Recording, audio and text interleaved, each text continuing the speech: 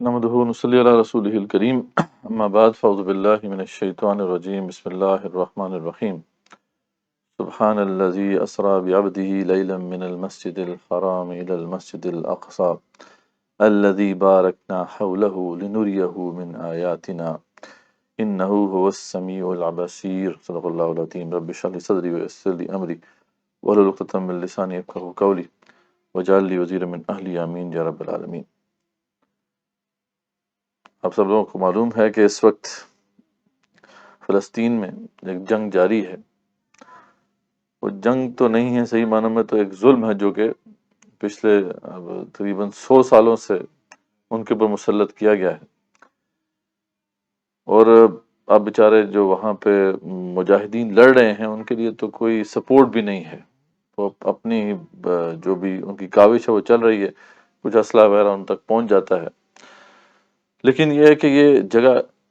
جو ہے کتنی اہم ہے مسلمانوں کے لیے، اور آج مسلمان کیوں سو گئے ہیں، کیوں اس کی اہمیت ہمارے سامنے نہیں پیش کی جا رہی۔ تو اس کو ہم نے ذرا اب دوبارہ سے اٹھانا ہے، اس مسئلے کو کہ آخر مسلمانوں کا کیا تعلق ہے اس سرزمین سے۔ آج کل تو کچھ سیکولر جو لوگ ہیں اور جو لبرل لوگ ہیں وہ تو بلکہ یہ کہتے ہیں کہ یہ پاکستانیوں کو کیا پڑی ہے، ایسے فلسطینیوں کے بارے میں بات کرتے ہیں، پہلے اپنے مسائل حل کریں، یہاں بلوچوں کے مسئلے حل کریں، یہاں پر سندھیوں کے مسئلے حل کریں، پٹھانوں کے مسئلے حل کریں۔ یہ کیا آپ کو جناب وہ دور جا کے فلسطین کی یاد ستاتی ہے؟ تو بہرحال یہ تو ایک پروپیگنڈا ان کا کافی عرصے سے چل رہا ہے، لیکن ساتھ ایک اور بھی پروپیگنڈا ہے جو کہ اس طرح سے اس پورے کانٹیکس کو پیش کرتے ہیں کہ دیکھیں کیا پڑی ہے وہاں پر، یہ جو مسلمان ہیں تھوڑے بہت رہ گئے ہیں، وہ دو ہی علاقے رہ گئے ہیں، ویسٹ بینک ہے یا پھر وہ غزہ کی اسٹرپ ہے، تو وہاں سے نکل جائیں، ٹھیک ہے فلسطینیوں کو دے دیں، کون سا کوئی اتنا بڑا مسئلہ ہے، اور یہ علاقے جو مسلمان وہاں رہتے ہیں وہ آس پاس کی جو مسلمان ریاستیں ہیں ان کو جگہ دے دیں تو کیا بڑا مسئلہ ہے۔ تو بہرحال یہ ذرا ہم نے اس پروپیگنڈے کو بھی ذرا سمجھنا ہے کہ آخر اس کی بنیاد کیا ہے، اور دونوں ایک لحاظ سے جو ہے پاکستان کی بنیاد سے بھی ان کا بڑا گہرا تعلق ہے، پاکستان کے جو اوریجن ہے اس سے بھی بڑا گہرا تعلق ہے۔ تو سب سے پہلے جو آج کا ہمارا جو درس ہوگا، اس کی انشاءاللہ سیریز چلے گی، آگے بھی ہم تقریباً جو ہے دو تین اس کے لیکچرز ہوں گے اسی موضوع کے اوپر۔ تو سب سے پہلے تو ہم نے آج یہ سمجھنا ہے کہ اس جگہ کی اہمیت کیا ہے، ٹھیک ہے، یہ آخر ہمارے لیے کیوں اہم ہے، ارض مقدس جسے ہم کہتے ہیں۔ تو سب سے پہلی بات تو یہ ہے کہ وہ رب جس نے اس پوری کائنات کو بنایا ہے وہ خود اس خطہ زمین کو مقدس کہتا ہے، کوئی معمولی بات نہیں ہے۔ کئی جگہ پہ اس طرح ذکر آیا ہے کہ اس میں اللہ تعالیٰ نے برکت رکھی ہے، یہ مقدس جگہ ہے۔ جیسے سورہ بنی اسرائیل جو کہ بہت ہی جو ہے اہم صورت ہے اس حوالے سے، کیونکہ اس کے بالکل آغاز میں ہی رسول اکرم صلی اللہ علیہ وسلم کے ایک بہت اہم واقعے کا ذکر ہے، اور وہ واقعہ کیا ہے؟ وہ واقعہ معراج ہے۔ تو اس میں اللہ تعالیٰ نے کیا کیا تھا؟ اللہ تعالیٰ جو ہے فرماتے ہیں کہ سبحان الذی اسریٰ بعبدہ لیلا من المسجد الحرام الی المسجد الاقصی، کہ وہی یعنی پاک ہے وہ ذات جو لے گئی اپنے بندے کو ایک ہی رات میں مسجد حرام سے مسجد اقصی کی طرف، ٹھیک ہے جی۔ لیکن ساتھ ہی آگے فرماتے ہیں اللہ تعالیٰ کہ الذی بارکنا حولہ، کہ وہ جس کے آس پاس اللہ نے برکت رکھی ہے، یعنی صرف وہ برکت والی جگہ نہیں ہے وہ مسجد اقصی جو ہے، بلکہ اس کا جو آس پاس ہے، اس کا قرب و جوار ہے، وہ بھی برکت سے بھرا ہوا ہے۔ لنریہ من آیاتنا، تاکہ وہ اسے دکھائے اپنی عظیم آیات، اپنی بڑی آیات، اور وہ اللہ تعالیٰ کے رسول اکرم صلی اللہ علیہ وسلم نے اس رات میں بڑی بڑی نشانیاں پھر دیکھی، جنت کو دیکھا، دوزخ کو دیکھا، سدرۃ المنتہا کو دیکھا، جبرائیل علیہ السلام کو اپنی اصل شکل میں دیکھا، اور نہ جانے کیا کیا نشانیاں رسول اکرم صلی اللہ علیہ وسلم نے جو ہے اس سفر میں جو ہے دیکھی۔ تو اللہ فرماتے ہیں انہ هو السمیع البصیر، بے شک وہ سننے والا ہے، دیکھنے والا ہے۔ تو ایک تو یہ بات بڑی واضح ہو جاتی ہے کہ اس کو اللہ تعالیٰ نے خود جو ہے بابرکت قرار دی ہے۔ اسی طریقے سے سورہ مائدہ میں ایک مقام ہے جہاں پہ حضرت موسیٰ علیہ السلام اپنی قوم سے کہتے ہیں، جب ان کو وہ اللہ تعالیٰ کا حکم بتا رہے ہوتے ہیں کہ دیکھو یہ جو سرزمین ہے، سرزمین شام اور فلسطین، یہ تمہارے لیے لکھ دی گئی ہے۔ جب اللہ کا حکم آیا تھا کہ تم جاؤ، اور وہاں پہ مالکہ ہیں، ان سے تمہیں جہاد کرنا پڑے گا، لیکن یہ تمہارے لیے لکھ دی گئی ہے، تم جاؤ گے تو تمہیں اللہ کی پوری مدد تمہارے ساتھ ہوگی۔ تو وہاں پہ کیا فرماتے ہیں موسیٰ علیہ السلام کہ یا قوم ادخلوا الارض المقدسۃ التي كتب اللہ لکم،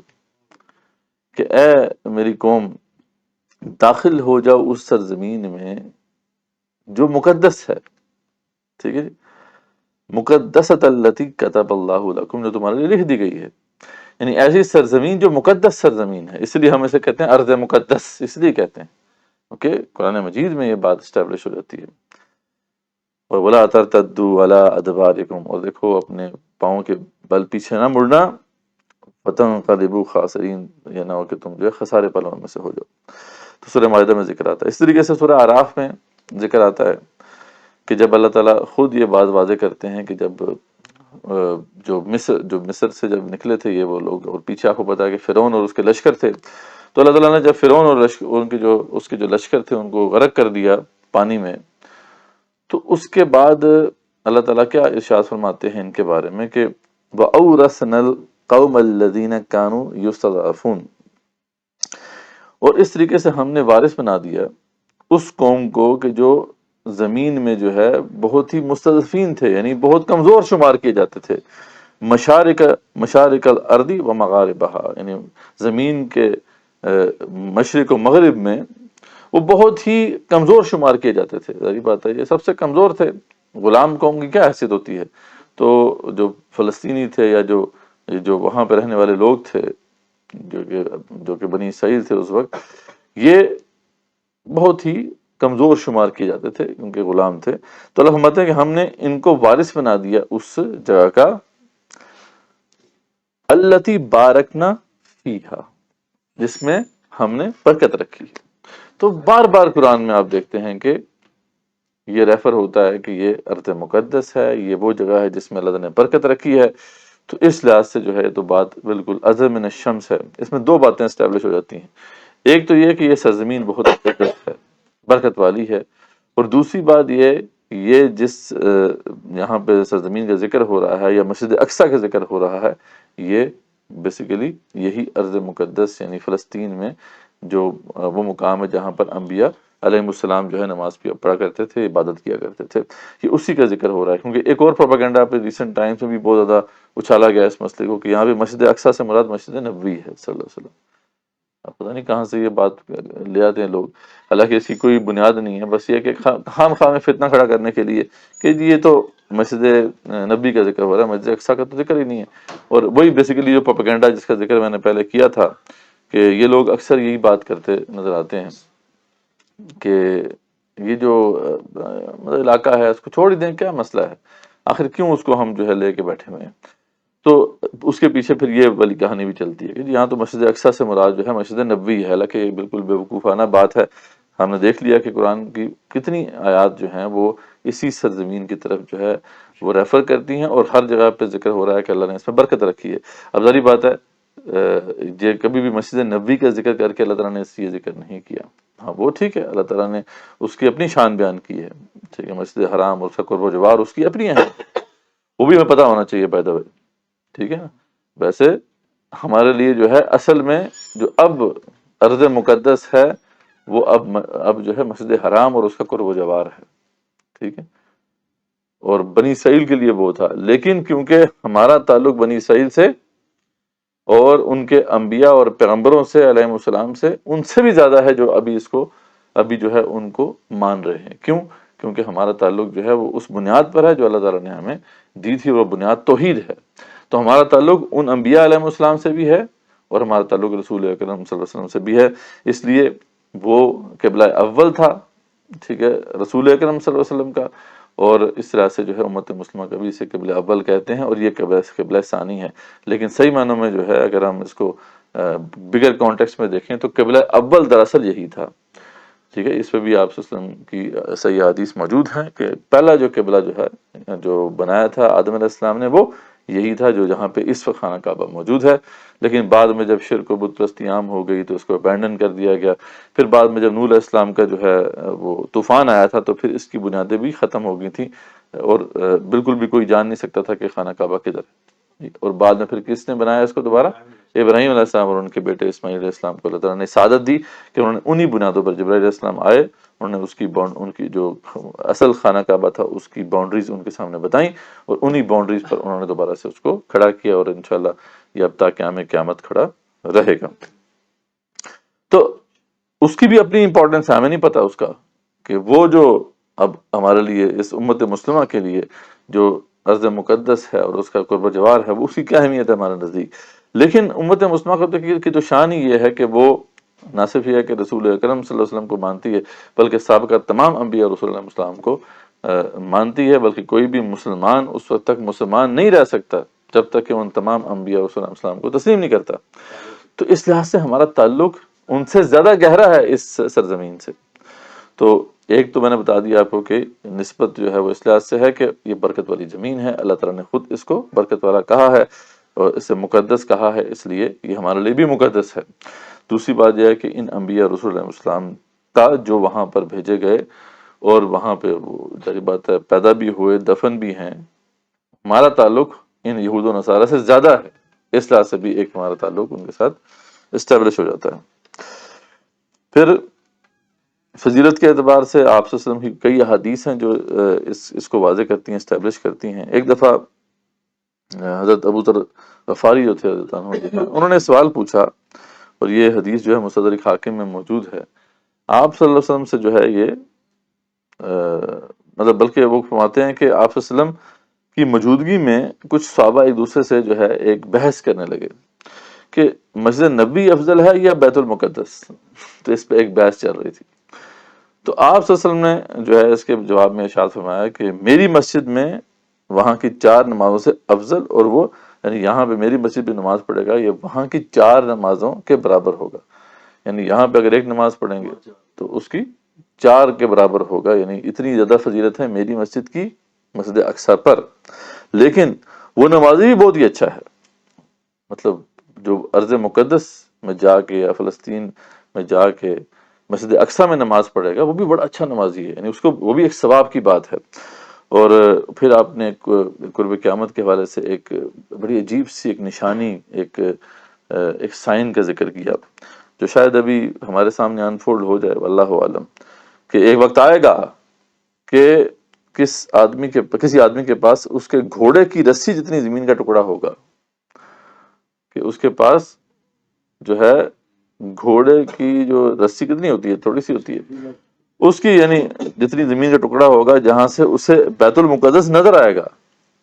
یعنی وہ صرف اتنا خطہ ہوگا کہ وہاں پہ کھڑے ہو کے اسے بیت المقدس نظر آئے گا، تو یہ اس کے لیے ساری دنیا سے بہتر ہوگا، یعنی اتنی اہمیت ہو جائے گی اس سرزمین کی کہ یہ جو ہے اس کے لیے بہت مقدس ہو جائے گا۔ ٹھیک ہے جی،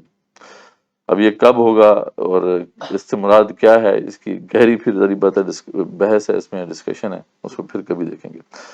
تو یہ ایک تو یہ بات کہ آپ صلی اللہ علیہ وسلم نے جو ہے اس کو خاص طور پہ اس مسجد اقصی کا ذکر فرمایا، اور یہاں پہ جو نماز پڑھنے کی فضیلت بھی اسٹیبلش ہوئی، یعنی یہ تو بات اسٹیبلش ہے صحیح حدیث کے اندر کہ مسجد نبوی میں جو ایک نماز پڑھتا ہے اسے 1000 نمازوں کا ثواب ملتا ہے۔ تو یہ اگر یعنی 1/4 ہے تو 250 نمازوں کا تو یہاں پہ بھی ثواب ہو گیا۔ پھر جو احادیث میں اس کی اور بڑی سگنیفیکنس بھی آتی ہے، خاص طور پہ جو قرب قیامت کی جو حالات ہیں اس میں بہت زیادہ ذکر آتا ہے ارض مقدس کا۔ خاص طور پہ یہ بات تو ہم سب جانتے ہیں کہ جو دجال ہے اس کا بھی بڑا گہرا تعلق ہے، دجال جو ہے یہیں پہ اس کا ظہور ہوگا، اور جب یہاں سے وہ اپنا ظہور کرے گا اور پوری دنیا میں اپنا فتنہ اور فساد پھیلائے گا، تو جب عیسیٰ علیہ السلام کو اللہ تعالیٰ بھیجیں گے اور وہ اس کے تعاقب میں جائیں گے اور بعد میں سے قتل کریں گے، تو یہ لد کے مقام پر قتل کریں گے۔ لد کا جو مقام ہے یہ بھی بیت المقدس میں موجود ہے، اور یہ مسند احمد میں حدیث موجود ہے جس کے اندر یہ تفصیل آتی ہے۔ اور آج جو ہے بڑی انٹرسٹنگ بات ہے کہ انہوں نے وہاں پر ہی ایک ہوائی اڈا بنایا ہوا ہے، ٹھیک ہے جی، تو وہ ہماری حدیث کو ہم سے زیادہ پڑھتے ہیں، ٹھیک ہے، ان کو پتہ ہے، اس پہ یقین بھی ہے، بلکہ وہ جو بہت بڑی پیشن گوئی ہے کہ ایک وقت آئے گا کہ مسلمان جو ہیں وہ یہودیوں کا قتل عام کریں گے، لیکن اسے کوئی چیز جو ہے یہودی کو پناہ نہیں دے گی. ایون کہ اگر پتھر کے پیچھے بھی چھپا ہوگا یہودی تو پتھر بولے گا کہ اے عبداللہ ادھر آ، اور میرے پیچھے یہودی ہے اس کو مار. لیکن صرف ایک غرقد کا درخت ہے کہ جو اس کو پناہ دے گا. اور آپ دیکھیں ذرا سرچ کر کے نیٹ پہ، اس کی بہت بڑی پلانٹیشنز انہوں نے وہاں پہ کی. تو وہ ہماری احادیث پڑھتے ہیں اور اس پہ پھر عمل بھی کرتے ہیں، ہمیں شاید اس پہ یقین نہیں ہے. تو ایک تو یہ سگنیفیکنس اس کی جو ہے اس حدیث میں آتی ہے. پھر ہم دیکھتے ہیں کہ آپ صلی اللہ علیہ وسلم نے خاص طور پہ یہ ذکر فرمایا کہ دو مسجدیں ایسی ہیں جن کے لیے سفر کر کے جانا جو ہے جائز ہے. یعنی ویسے تو آپ کہیں جاتے ہیں وہ کسی مسجد یا مزار پہ جانے کے لیے تو یہ صحیح نہیں ہے. مسجد سب امپورٹنٹ ہیں، ٹھیک ہے، ایک ہی جیسی ہیں، آپ وہاں پہ نماز پڑھ لیں. تو لیکن یہ ہے کہ یہ دو مسجدیں ایسی ہیں، مسجد نبوی اور مسجد اقصی، جس کے لیے باقاعدہ آپ اگر نیت کرتے ہیں کہ میں وہاں جاؤں اور وہاں جا کے نماز پڑھوں، اس کی وہاں کی زیارت کروں، تو آپ کو ثواب ملتا ہے. تو اس لحاظ سے بھی آپ سے نے اس کو اسٹیبلش کیا. اور ایک جگہ پہ ذریعہ بات ہے 3 مساجد کا ذکر ہے، اس میں مسجد حرام بھی شامل ہے. تو مسجد حرام تو ہے ہی ذریعہ بات ہے، کیونکہ اس میں تو کوئی شک کی بات ہی نہیں ہے نا، وہاں تو ہم جاتے ہیں، وہ تو اللہ کا گھر ہے. لیکن اس کے علاوہ پھر 2 مساجد ایسی ہیں، مسجد نبوی اور مسجد اقصی، ٹھیک ہے، صحیح بخاری کی حدیث میں موجود ہے. تو ایک تو یہ بھی چیز یہاں سے اسٹیبلش ہو گئی. اچھا، اب دوسرا جو معاملہ جو ہم نے دیکھنا ہے وہ یہ کہ یہاں پر جو اس کی امپورٹنس ہے وہ اب آپ کے سامنے اسٹیبلش ہو چکی ہے کہ ایک بابرکت زمین ہے، یہاں پر انبیاء رسول علیہ السلام آئے اور ہمارا ان سے زیادہ گہرا تعلق ہے، ہمارا اس سرزمین سے زیادہ گہرا تعلق ہے، ٹھیک ہے. اور اس پہلو سے بھی کہ رسول اکرم صلی اللہ علیہ وسلم کو یہیں سے معراج پر لے جایا گیا ہے. وہی وہ جگہ ہے جہاں پر پھر ڈوم آف دی راک آج جو ہے موجود ہے، مسجد اقصی کے علاوہ. مسجد اقصی علیحدہ ہے اور یہ ڈوم آف دی راک علیحدہ ہے. مسجد اقصی تو وہی زمین، وہی جگہ ہے جہاں پر پھر جو ہے وہ انبیاء رسول علیہ السلام نماز پڑھتے رہے، عبادت کرتے رہے، اور بعد میں اسے مسجد کا درجہ دیا گیا. لیکن ڈوم آف دی راک جو ہے، یعنی جس پتھر سے پھر آپ اوپر گئے تھے اپنی معراج جرنی میں، وہ جگہ بھی ہمارے لیے بڑی مقدس ہے. تو 2 اعتبارات سے اب ہمارے لیے اس کے ساتھ ایک گہرا تعلق ہے، ایک سابقہ انبیاء رسول اللہ السلام سے تعلق ہونے کی وجہ سے اور ایک رسول اکرم صلی اللہ علیہ وسلم سے تعلق ہونے کی وجہ سے. اب اس کے بعد یہ بات بالکل اسٹیبلش ہو جاتی ہے کہ یہ جو سارا پروپیگنڈا کیا جا رہا ہے کہ جی ہمارا کیا تعلق ہے اس سے، جناب اس کو چھوڑ دینا چاہیے، تو یہ لوگ پہ ظاہری بات ہے پھر اسلام کو ماننے والے نہیں ہیں. جو قرآن کو مانتا ہے، جو احادیث کو مانتا ہے، وہ تو کبھی بھی ایسا نہیں کہہ سکتا کہ اس خطے سے ہمارا کوئی تعلق نہیں. اور دوسری بات یہ ہے کہ وہاں پر جو لوگ بھی بس رہے ہیں وہ مسلمان ہیں، ان سے ہمارا گہرا تعلق ہے، ٹھیک ہے. مسلمان جو ہیں وہ تو ایک جسے کہتے ہیں نا کہ ایک دیوار کی مانند ہے، ٹھیک ہے، ایک جسد واحد کی مانند ہے. حدیث میں جیسے کہ الفاظ آتے ہیں کہ جسد واحد کی مانند ہے مسلمان، اور اس کے ایک حصے میں تکلیف ہوتی ہے تو پورا جسم درد محسوس کرتا ہے. تو اگر ہم مسلمان ہیں تو ہمارے مسلمان بھائیوں پہ جب ظلم ہوگا تو ہم اس کے خلاف آواز اٹھائیں گے، ہمیں اس کا دکھ ہوگا، ہمیں اس کی تکلیف ہوگی.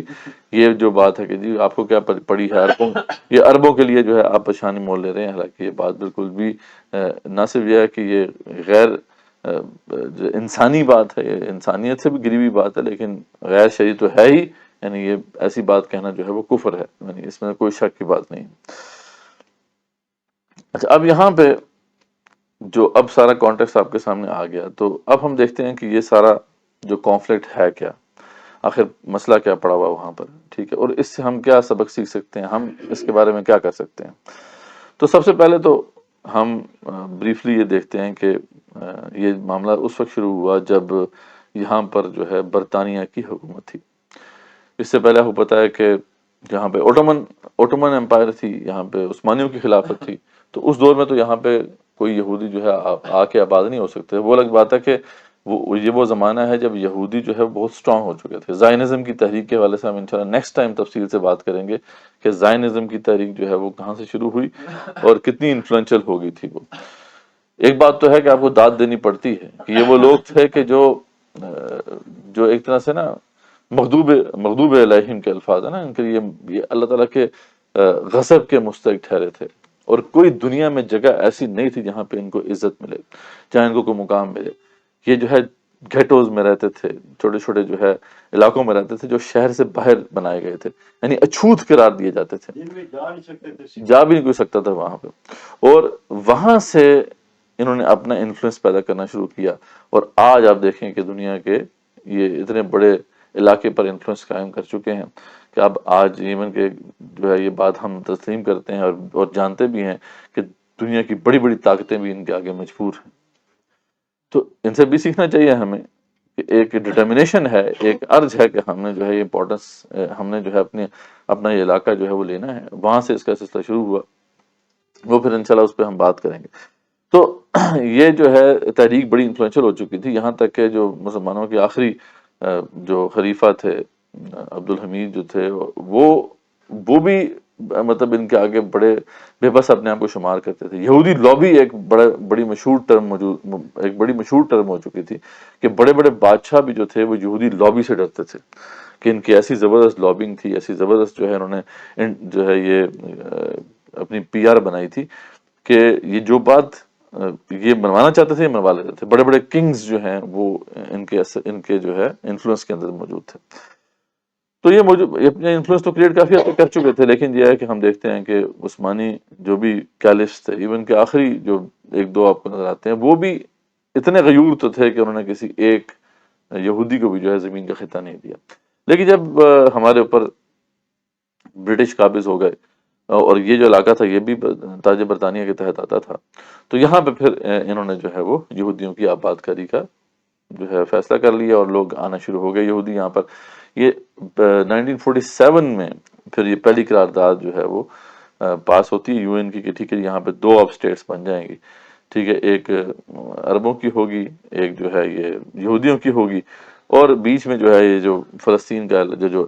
یروشلم کا علاقہ ہے یہ انٹرنیشنل سٹی قرار پائے گا۔ یہ انہوں نے قرارداد پاس کر دی۔ اب آج کے جو مسلمان ہیں، ظاہری بات ہے آہستہ آہستہ غیرت ختم ہو جاتی ہے، لیکن اس وقت غیرت تھی، ٹھیک ہے، غیرت ایک دم ختم نہیں ہوئی، بہت مار کھائی ہے، پھر اس کے بعد غیرت پھر ختم ہی ہو جاتی ہے۔ تو اس وقت جو ہے وہ غیور تھے، بہرحال ان کو یہ برداشت نہیں ہوا کہ یہ جو مسلمانوں کا علاقہ ہے اس طریقے سے اس کا بٹوارا کر دیا جائے، حالانکہ وہ خود جو ریاستیں تھیں وہ یہ کلونیل پاور سے انہوں نے آزادی حاصل کی تھی۔ آپ کو پتا ہے کہ اس پورا جو علاقہ تھا یہاں پہ یا تو برٹش کے پاس تھی حکومت، یعنی اس کی حکومت جو تھی برٹش کے پاس تھی یا فرینچ کے پاس تھی۔ تو اب یہ تو فرسٹ ورلڈ وار اور پھر سیکنڈ ورلڈ وار کے بعد جو ہے یہ جو کلونیل پاورز تھیں ان کے پاس اتنی طاقت نہیں رہی تھی کہ یہ وہاں پہ اپنا ہولڈ قائم کر سکیں، تو اس لیے انہوں نے آزادیاں دے دی تھیں۔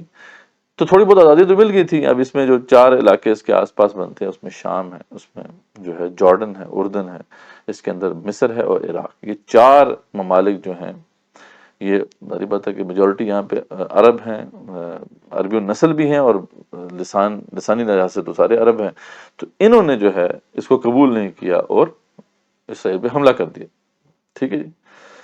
اچھا، یہاں پہ کچھ حملہ کیا، کچھ علاقے انہوں نے مطلب حاصل بھی کیے، کچھ معاملہ چلتا رہا، ٹھیک ہے، اور کانفلکٹ کا آغاز ہو گیا تھا اس وقت۔ اور یہ وہ زمانہ ہے کہ جب یہ جو صہیونی اور یہ جو زائنزم کی تحریک تھی یہ بڑی پیک پر پہنچ چکی تھی، اور یہ ریڈیکل موومنٹس تھی ان کی، یہ بہت زیادہ وہاں پہ جو ہے وہ دہشت گردی کیا کرتے تھے۔ تو یہ سارا معاملہ چلتا رہا یہاں تک کہ 1967 میں پھر ایک بڑی فیصلہ کن جنگ ہوئی، جس میں یہی جو عرب طاقتیں تھیں یہ انہوں نے باقاعدہ اسرائیل پہ حملہ کیا، لیکن یہ جنگ جو ہے اسرائیل جیت گیا۔ اور اس کی وجہ یہ تھی کہ اسرائیل کے بیک پہ اس وقت کی جو بڑی سول سپریم پاور تھی امریکہ، وہ موجود تھی، تو اور برطانیہ بھی تھا، باقی یورپ اور امریکہ تو ساتھ ہی تھے۔ تو ان لوگوں نے جو ہے وہاں پہ اسرائیل کو جتا دیا، بلکہ اسرائیل نہ صرف جیت گیا، وہ ان کے کئی علاقے بھی قابو کرنے میں کامیاب ہو گیا۔ اس میں جارڈن کی طرف سے جو یہ جو ویسٹ بینک کا علاقہ ہے یہ انہوں نے لے لیا، جو مصر کی طرف سے غزہ کی جو پٹی ہے یہ انہوں نے کیپچر کر لی، مصر کا جو ہے سنائن پیننسولا جو ہے پورا سنائی کا ایریا وہی انہوں نے چھین لیا، اور جو شام کا گولان ہائٹس جو تھا یہ انہوں نے چھین لیا، ٹھیک ہے۔ تو یہ مختلف علاقے جو ہے انہوں نے چھین لیے۔ اب یہاں سے ہم دیکھتے ہیں کہ مسلمانوں کی جو غیرت ہے نا وہ آہستہ آہستہ ختم ہونا شروع ہو گئی۔ اب اس میں جو ہے بعد میں پھر کوئی 1973 میں پھر کوئی ہمت کی، انہوں نے پھر اٹیک کیا، ٹھیک ہے، تاکہ یہ جو اپنے خطے ہیں واپس لے سکیں، لیکن یہ ہے کہ اس میں بھی ناکام رہے۔ تو اس لیے بعد میں پھر جو ہے کچھ لوگوں نے امن معاہدے کرنا شروع کر دیے۔ جارڈن نے بھی امن معاہدہ کر لی، پہلے مصر نے کیا، بعد میں جارڈن نے کیا۔ مصر کو اس امن معاہدے کے چکر میں جو ہے سنائن پینسولا واپس مل گیا، جبکہ جو جارڈن کا تھا ان کو بھی وہ جو ہے ڈسکشن ہوتی رہی گولان ہائٹس کی، اور بعد میں غزہ کی اسٹرپ کی بات ہوتی رہی، لیکن یہ ہے کہ اسرائیل جو ہے بہرحال اب پاور پہ تھا، تو وہ اس بات کو اپنی ٹرمز پہ اب ماننا چاہتا تھا۔ اس کے بعد سے اب یہ سلسلہ چلتا آ رہا ہے، 1973 کے بعد سے اب تک جو ہے بھئی اب ایک کانفلکٹ چل رہا ہے۔ اب اس میں دو ہی اب علاقے رہ گئے ہیں مسلمانوں کے، باقی علاقے تو وہ آہستہ آہستہ کیپچر کرتے کرتے جو ہے انہوں نے کیپچر کر لیا پورا ہی فلسطین کا علاقہ۔ صرف دو خطے رہ گئے ہیں، ایک جو ہے ویسٹ بینک کا علاقہ ہے، دوسرا غزہ کی اسٹرپ ہے۔ دو چھوٹے سے علاقے ہیں، یہ سمجھ لیں کہ جیل ہی ہیں، اس میں جو ہے وہ فلسطین مسلمان رہتے ہیں، باقی سارا علاقہ جو ہے اسرائیلیوں کے پاس ہے، اور پوری دنیا ان کے پیچھے کھڑی ہے۔ تو اس میں جو ویسٹ بینک کا علاقہ ہے وہاں پر ایک بڑی مشہور ان کی پارٹی فتح پارٹی ہے، جس کے وہ جو پریزیڈنٹ ہے، وہ جو ہیڈ ہیں وہ محمود عباس ہیں، اور یہ جو ہیں یہ سیکولر ہیں، یہ تو وہی سہونی چاہتے بھی ہیں کہ یہی لوگ رہیں، کیونکہ ان کے ساتھ بات کرنا ان کو زیادہ اچھا لگتا ہے۔ جبکہ پھر جو صحیح معنوں میں جو ریپرزنٹیشن کر رہے ہیں جو وہاں کے مسلمانوں کی، وہ پھر حماس ہے، جو حماس ہے غزہ اسٹرپ کے اوپر، وہ 2007 میں جو ہے وہ الیکشن جیت کے وہاں پہ ان کے باقاعدہ وہ حاکم بنے تھے۔ اس سے پہلے بھی وہ ایک آرگنائزیشن اسٹیبلش ہو چکی تھی۔ وہ الگ بات ہے کہ پوری دنیا کی جو طاقتیں ہیں یہ ان کو ایک اسپلنٹر گروپ یا پھر ایک ٹیررسٹ گروپ جو ہے وہ مانتے ہیں، ٹیررسٹ آرگنائزیشن مانتے ہیں، حالانکہ یہ وہاں کے علاقے میں جو ہے باقاعدہ طور پہ اسٹیبلشڈ ہیں۔ یہ وہ لوگ ہیں جو بڑے ہمت والے لوگ ہیں، بڑے تھوڑی سی چھوٹی سی جگہ ہے ان کے پاس، اور وہاں سے یہ اسرائیل جیسی اتنی بڑی طاقت سے جو ہے لڑائی کرتے ہیں۔ بڑے جنگجو قسم کے لوگ ہیں۔ اب ان کو سپورٹ کہاں سے ملتی ہے یہ اللہ ہی جانتا ہے، ٹھیک ہے۔ مصر سے تو ان کا سارا جو ہے وہ بارڈر بند ہے، لیکن وہ تو کہتے ہیں نا کہ یہاں پہ بھی بارڈر تو ہے ہمارا افغانستان کے ساتھ، لیکن وہ بارڈر نہ ہونے کے برابر ہے۔ تو یہاں پہ بھی یہ معاملہ ایسا ہی ہے تو بارڈر، لیکن یہ ہے کہ اندر کھاتے سلسلہ چلتا ہے۔ کوئی جو بھی سامان وغیرہ ہے، وہ جو ایڈ کا جو سامان ہوتا ہے وہ بھی مصر سے یہاں پہ داخل ہوتا رہتا ہے، لیکن یہ جو ہے میزائلز وغیرہ اور اس طرح کے جو ویپنری یہ کیسے وہاں پہ آتی ہے بس اللہ ہی جانتا ہے۔ اصل میں یہاں پہ ایک بگر گیم بھی چل رہی ہے، جسے گریٹ گیم کہتے ہیں، great game of the Middle East, جس کے اندر بڑی طاقتیں انوالوڈ ہیں۔ اس میں اب تو رشیا اور چائنا کے بھی سٹیکس ہیں، اور ساتھ جو ہیں یہ لو امریکہ اور یورپ ہیں، سب کے سٹیکس ہیں۔ تو ڈیفینیٹلی اب اس بائی پولر ورلڈ کے اندر جو ہے یہ ایک اچنبے کی بات نہیں ہے کہ وہاں کے لوگوں کو سپورٹ مل رہی ہے۔ تو یہ کانفلکٹ سارا چل رہا ہے۔ اب سیٹلمنٹ تو اسی بات پہ اب ہوگی جس پہ بات سب کر رہے ہیں کہ ٹھیک ہے دو راستے بن جائیں، ٹھیک ہے۔ اب تو وہ غیرت گئی، ٹھیک ہے نا، وہ غیرت تو اب کہاں سے لے کر آئیں گے کہ نہیں جی یہ تو ہمارا علاقہ ہے پورا، یہ تو ہم فتح کریں گے، ٹھیک ہے، یا یہ ہمیں آپ دیں ورنہ ہم نہیں مانیں گے۔ اب وہ سب اس بات کو کہہ رہے ہیں ٹھیک ہے دو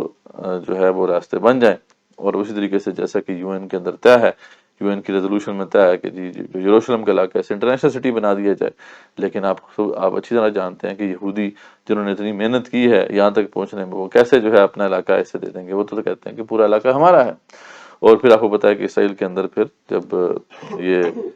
ٹرمپ کے دور میں جو ہے باقاعدہ ایمبیسی کو جو ہے اسرائیل میں انہوں نے شفٹ کر دیا، اور کلیئر میسج دے دیا کہ ہم پوری طریقے سے اسرائیل کے ساتھ ہیں، اور ہم کوئی جو ہے مسلمانوں کا وہاں پہ کوئی وجود تسلیم نہیں کرتے۔ تو یہ سارا کانفلکٹ چل رہا ہے، اس میں جو ہے لڑائیاں چلتی رہتی ہیں، اور جو حماس کے لوگ ہیں وہ زیادہ تر بس بیچارے راکٹ سے فائر کرتے ہیں، یا کوئی گنز وغیرہ ان کے پاس، اس سے جو ہے وہ اسرائیل کو ایک ٹف ٹائم دیتے ہیں۔ لیکن یہ ہے کہ اسرائیل اس کے مقابلے میں پھر کیا کرتا ہے وہ آپ کو پتہ ہے، وہ پھر اوپر سے جہاز بھیجتا ہے، میزائل پھینکتا ہے، اور وہاں کے ایک بڑے علاقے کو ہے وہ تباہ برباد کرتا ہے۔ تو یہ سارا کانٹیکسٹ ہے جو اس وقت وہاں پہ سارا معاملہ چل رہا ہے۔ لیکن یہ ہے کہ اصل میں تو یہ ایک بگر گیم ہے جس کا یہ سارا معاملہ، جس کا سارا یہ حصہ ہے۔ یہ سب جانتے ہیں کہ مسلمانوں کی جو بھی حالت ہو جائے، خاص طور پہ عربوں کی جو بھی حالت ہو جائے، ان کے دل میں ارض مقدس کی ایک محبت موجود ہے، اور وہ محبت کوئی بھی ختم نہیں کر سکتا۔ جیسے مدینہ کی ایک محبت ہمارے دل میں موجود ہے، مسجد حرام کی محبت موجود ہے، اسے کوئی بندہ ختم نہیں کر سکتا۔ اسی طریقے سے ہمارے دلوں میں جو ہے، خاص ہمارے دلوں میں تو ہے ہی، مطلب ٹھیک ہے جو عجم ہے، لیکن عربوں کے دل میں تو اس کی بڑی شدید محبت موجود ہے۔ اور یہ بات ان کو پتہ ہے کہ اگر جو ہے وہاں کے جو حاکم ہیں ان کو مجبور کریں گے کہ وہ اسرائیل کو ایکسیپٹ کر لیں اور جو بھی وہاں کے جو لوگ ہیں ان کو ابینڈن کر دیں. تو یہ لوگ جو ہیں ہمارے چکر میں آ کے اور لالچ میں آ کے تسلیم تو شاید کر لیں، لیکن ان کے عوام کبھی اسے قبول نہیں کریں گے. اور جس دن انہوں نے قبول کر لیا یہ، اسی دن جو ہے ان کے اندر ایک بہت بڑا ایک سمجھ لیں کہ ہیجان پر پیدا ہو جائے گا ان کی سوسائٹی کے اندر. اور آہستہ آہستہ پھر یہ جب لاوا پکے گا اور جب پھٹے گا تو پھر جو ہے یہاں پہ ایک بہت بڑا کیوس برپا ہوگا. یہ ان کا اصل ٹارگٹ ہے. وہ چاہتے ہیں کہ یہ پورا علاقہ جو ہے اس میں کیوس برپا ہو جائے. اس کے لیے پہلے سے انہوں نے تیاری کی ہوئی ہے. بہت سے پلانز ان کے آلریڈی جو ہے موجود ہیں، انٹرنیٹ پہ آپ دیکھ سکتے ہیں. انہوں نے جو ہے نیو مڈل ایسٹ کا جو ہے خواب دیکھا ہوا ہے، جس میں تمام کے تمام مڈل ایسٹ کو جو ہے ایتھنک اور ریلیجس بنیادوں پر ڈیوائیڈ کر دینا ہے، تاکہ اس پوری ڈیوائیڈ ٹیریٹری کے اوپر اسرائیل کی حکومت ہو سکے. کیونکہ اسرائیل جو ہے اس نے آخرکار اپنی حکومت قائم کر کے رہنا ہے. وہ حکومت جسے وہ گریٹر اسرائیل کی حکومت کہتے ہیں، اس میں وہ سارا علاقہ شامل ہے جو کہ جس کے اوپر حضرت داؤد علیہ السلام اور سلیمان علیہ السلام حکومت کیا کرتے تھے. وہ فلسطین اور شام کا علاقہ ہے، اس میں عراق کا کچھ علاقہ بھی ہے، اور اس کے اندر پھر جو ہے بعد میں مصر کا علاقہ بھی وہ شامل کرتے ہیں، کیونکہ مصر سے وہ وہاں پہ گئے تھے. تو مصر کا سارا جو ایک علاقہ ہے وہ بھی اس کے اندر شامل ہے، اور وہ سارا باقی جو ٹیریٹری ہے. تو یہ گریٹر اسرائیل کو وہ انہوں نے بنانا ہے، اور اس کے لیے وہ کوشش کر رہے ہیں. اب یہ ساری گیم وہاں پہ چل رہی ہے کہ وہ دیکھ رہے ہیں وہاں کے حکمرانوں کو، ٹیسٹ کر رہے ہیں کہ کس حد تک جو ہے اس کو برداشت کر پاتے ہیں. اگر وہ نہیں کر پائیں گے اس برداشت اور ایک لابا پھٹ جائے گا، تو پھر یہ کیوس برپا ہوگا. اور یہ وہ ماحول ہوگا جس میں ان کو اپنے مقاصد جو ہیں، جو بھی مضمون مقاصد ہیں، ان کو پورا کرنا ان کے لیے آسان ہو جائے گا. تو یہ سارا جو کانٹیکس ہے ہمارے سامنے جو ہے اب آ گیا ہے. اب امپورٹنٹ چیز یہ ہے کہ یہاں پہ اب ہمیں کیا کرنا ہوگا، مسلمانوں کو کیا کرنا چاہیے، کیا وہ اسٹیپس لے سکتے ہیں اس حوالے سے. تو ڈیفینیٹلی اس کے اوپر تو یہ بات تو اب اظہر من الشمس ہے، اس پہ تو کوئی دوسری رائے ہی نہیں ہے کہ مسلمانوں کے پاس تو ابھی اتنی ملٹری مائٹ نہیں ہے، نہ ہی مسلمانوں کے پاس ملٹری طاقت اتنی زیادہ ہے، نہ ہی مسلمانوں کی اکنامک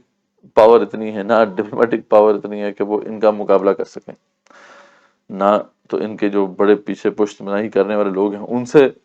ہم لڑائی کر سکتے ہیں، نہ ہی ان سے لڑائی کر سکتے ہیں. ظاہر بات ہے اس کی تو عزت ہی نہیں ہوتی جو کہ دوسروں سے مانگ کے کھائے. تو لڑائی کیا کرے گا جب آپ کے پاس جو ہے اپنے ملک چلانے کے پیسے نہیں ہیں، اور آپ جو ہے ایک ارب ڈالر کے لیے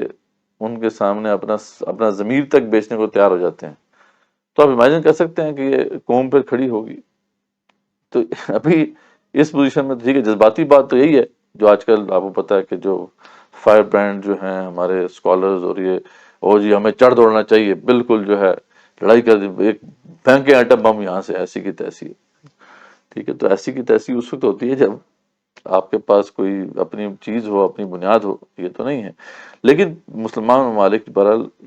جو ہے یہ تو کر سکتے ہیں کہ یو این میں جائیں، جو بھی انٹرنیشنل ادارے ہیں ان پہ دستک دیں، اور ایک پریشر گروپ بنائیں انٹرنیشنلی، جو ہے اس بات کو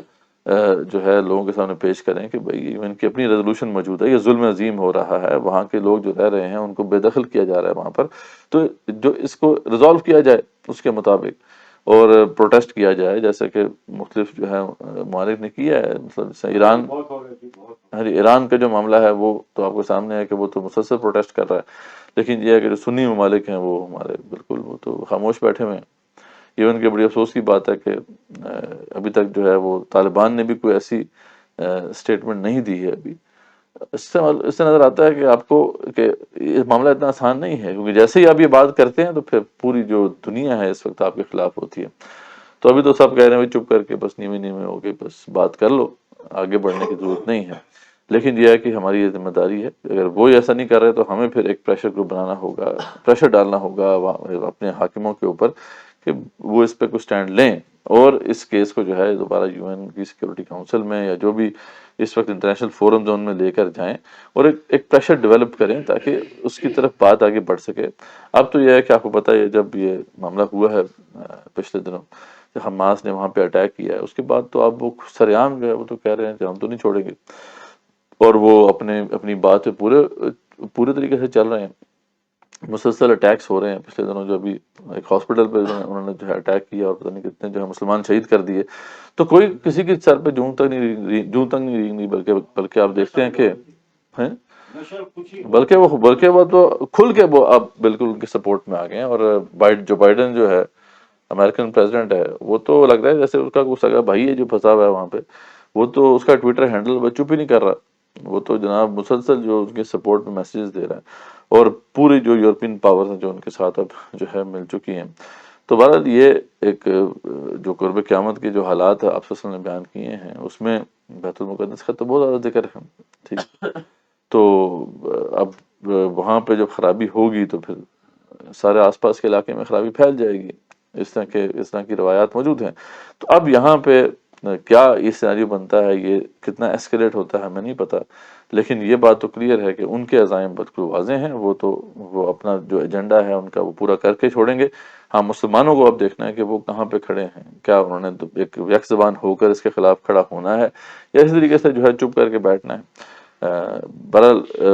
ایک تو بات ہوئی ہے اس سارے ایونٹ کے بعد کہ جو عرب جتنے بھی حاکم تھے،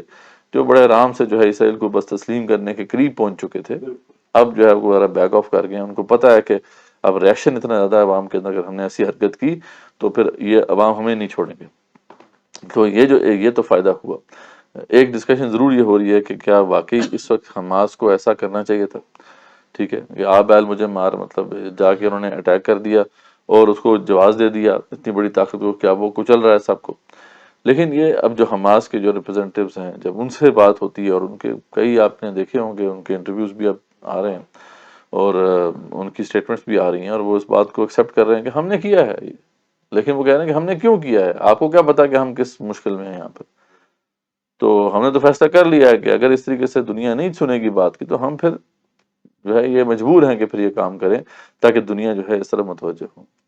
تو بہرحال ان کے اس ایکشن سے اب یہ تو نظر آ رہا ہے کہ دنیا میں ایک ہلچل ہوئی ہے، اور وہی بائی پولر ورلڈ ہونے کی وجہ سے اب اپرچونٹیز ہیں، اور اس سے فائدہ ہو رہا ہے ان کو۔ جیسے آپ دیکھیں کہ رشیا اور چائنا پورے طریقے سے اب اس بات کو سپورٹ کر رہے ہیں، جو کہ بڑی ایک انٹرسٹنگ بات ہے، انٹرسٹنگ ڈیولپمنٹ ہے، ورنہ پہلے وہ خاموش رہتے تھے، زیادہ تر بات نہیں کرتے تھے، اب وہ سائیڈ لے رہے ہیں باقاعدہ مسلمانوں کی۔ تو شاید ہو سکتا ہے کہ ایسا تو نہیں ہے کہ وہ جو ایک بہت بڑی پیشن گوئی ہے آپ صلی اللہ علیہ وسلم کی ملحمۃ العظمیٰ کے حوالے سے، ایک بہت بڑی جنگ کے حوالے سے جس میں مسلمانوں کا الائنس ہوگا کسی تیسری طاقت کے ساتھ، تو اب نظر آ رہا ہے جیسے کہ رشیا کے ساتھ مسلمانوں کا ایک الائنس بنتا نظر آ رہا ہے، اور یہ جو صہیونی قوتیں ہیں ساری ایک طرف ہیں۔ تو ایسا تو نہیں ہے کہ یہ دنیا جو ہے اب تھرڈ ورلڈ وار کے لیے جو ہے وہ اب سٹیجڈ ہو رہی ہے، اور ان قریب جو ہے ایک بڑا کانفلکٹ ان کے درمیان اب شروع ہونے والا ہے، واللہ عالم۔ لیکن یہ ہے کہ یہ معاملہ، یہ جو ایونٹس وہاں پہ انفولڈ ہو رہے ہیں، ان کے ریپرکشنز بہت زیادہ ہوں گے، ان کے اثرات بہت زیادہ جو ہے مڈل ایسٹ اور اس کے آس پاس کے علاقے میں پھیلیں گے۔ پوری دنیا ذریعہ بات متاثر ہوگی۔ ہم نے دیکھ لیا اب تو دنیا انٹر کنیکٹڈ ہے، جو یوکرین رشیا وار میں ہم نے دیکھا کہ پوری دنیا میں جو ہے اس کے اثرات جو ہے پھیلے تھے، تو یہاں پہ جو اگر کانفلکٹ ہوگا تو ایسا نہیں ہے کہ اس کے اثرات جو ہے دنیا میں نہیں پھیلیں گے۔ تو یہ تھوڑا سا میں نے اب آج کے جو اس درس میں جو ہے ہم نے دیکھا کہ اس کی امپورٹنس کیا ہے، اس کی اہمیت کیا ہے ہمارے نزدیک، اور پھر یہ اصل میں یہ کانفلکٹ ہے کیا، اس کا تھوڑا سا ہم نے بیک گراؤنڈ دیکھا۔ نیکسٹ ٹائم جو ہے انشاءاللہ ہم ذرا دیکھیں گے، دو تین چیزیں اس حوالے سے ہم نے دیکھنی ہیں۔ ایک تو یہ کہ اس کی تاریخ کیا ہے، کیا پاسٹ میں بھی جو ہے اس کے حوالے سے کانفلکٹ ہوا تو وہ کیسے ریزالو ہوا، ٹھیک ہے، اور اس میں انشاءاللہ ذکر ہوگا پھر صلاح الدین ایوبی کا۔ اچھا، اکثر جب لوگ جو ہے اس تاریخ کو پڑھتے ہیں تو وہ صلاح الدین ایوبی کا نام ان کے ذہن میں یاد رہتا ہے، لیکن یہ بات لوگ نہیں جانتے کہ اس سے پہلے ایک بڑی تحریک تھی، اور اس تحریک کو کس نے کھڑا کیا تھا، وہ علماء نے کھڑا کیا تھا۔ اس کی ہم بات انشاءاللہ تفصیل سے آپ کے سامنے رکھیں گے۔ ایک اس کی تاریخ ہم نے دیکھنی ہے کہ ارض مقدس کس طریقے سے جو ہے مسلمانوں کے پاس رہا، پھر کس طرح چھنا اور دوبارہ سے جو ہے صلاح الدین ایوبی رحمۃ اللہ علیہ نے اس کو واپس لیا۔ یہ سارا ماجرا کیا ہے، اس میں بہت کچھ سیکھنے کے ہمارے لیے معاملات ہیں، لرننگ کی بہت سی چیزیں ہیں۔ اور دوسری جو بڑی تاریخ جس کا ہم نے طرف بیک گراؤنڈ دیکھنا ہے، ہسٹری دیکھنی ہے، وہ ہے صہیونی تحریک، زائنزم کی تاریخ، کہ کہاں سے یہ اٹھے اور کہاں تک آپ پہنچ گئے ہیں،